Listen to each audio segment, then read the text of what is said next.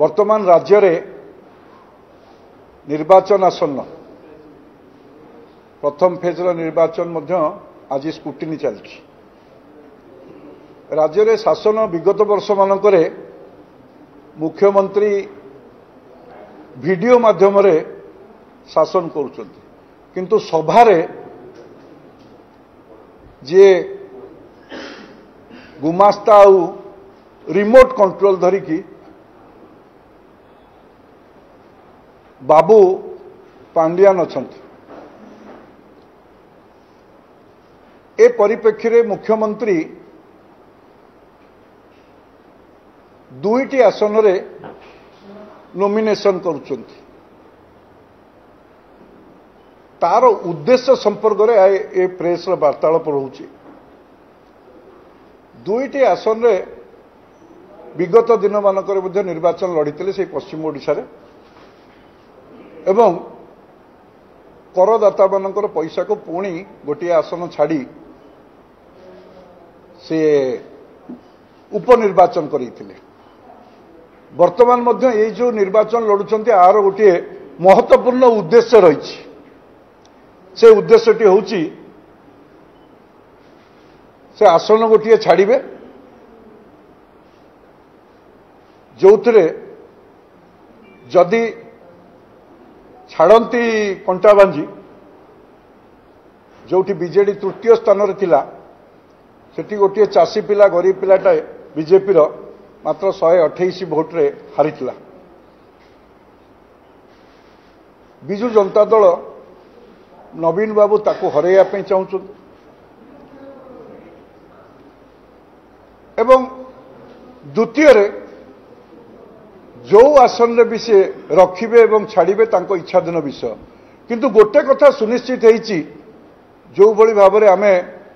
विगत दिन मानकरे कहि आस्तुलु शासन किए करुची और मुष्टिमेय ऑफिसर माने राज्य रे को भली भाव में शासन को हाथ को नहीं चंती से भली भाव में से एथिरु अनुमय करे होउची अनुमान करू पाउछु हमें जे निश्चित रूपे जो स्टार कैंपेनर लिस्ट रे जे 2 नंबर रे अछंती जे सभा समिति विगत दिन मानकरे करिकी ओडिशा सारा बुलीचंती एवं तांकर पोस्टर रे रखिचंती से बाबूंकर फोटो को आमे बार बार कहिचु जे एठी जनप्रतिनिधि मानक ओडिशा रे गणतंत्र विपन्न होईची। लोक माने जो भोट देकी पठेइथिले जनप्रतिनिधि मानकू एमएलए हुंतु मंत्री हुंतु सांसद हुंतु किए ट्रैफिक जगिलानी तो किए टेंट रे पकेइलानी किए खाया पीवा जोगाड़ कलानी किए लोकन को आनिकी पहुंचेबार सभारे कलानी, किंतु सभारे जणे व्यक्ति तो तांको पे गोटे आसन छाड़िबे एवं से आसनटी छाड़ी तांकर उद्देश्य स्पष्ट होईची लोकंको पाखरे से बाबू को आनिबे एवं शासन दायित्व तांको हाथ में अर्पण करिवे। ये जो उद्देश्य रखिचंती आर ये जना पड़ी जाउछि मुख्यमंत्री वर्तमान क्रियाकलाप एठी ओडिया अस्मितार कथा अछि, ओडिया जातिर स्वाभिमान कथा अछि, ओडिया जातिर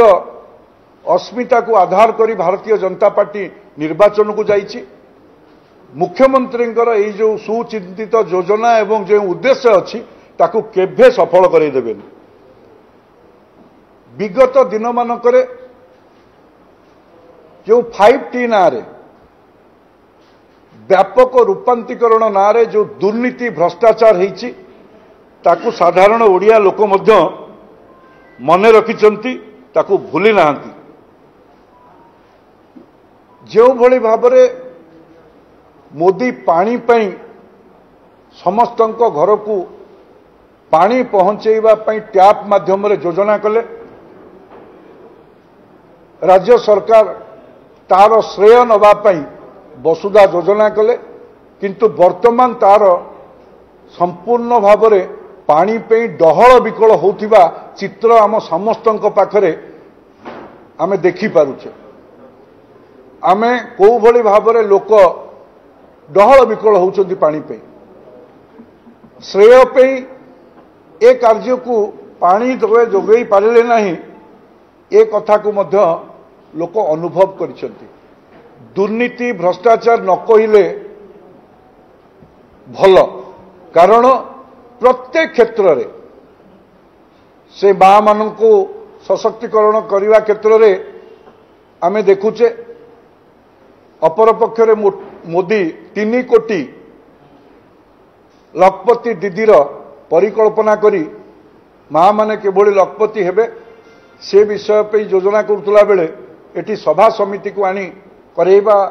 ये सशक्त करेबा दलीय आधार रे ये संपूर्ण रूपे ओडिशा लोक देखिछन्ति सेथिपाई मुख्यमंत्री जो सुचिंतित योजना एवं उद्देश्य रखिछन्ति एवं जो षड्यंत्र करिछन्ति ये विधानसभा को पछ द्वार पटे पांडियान को पुरई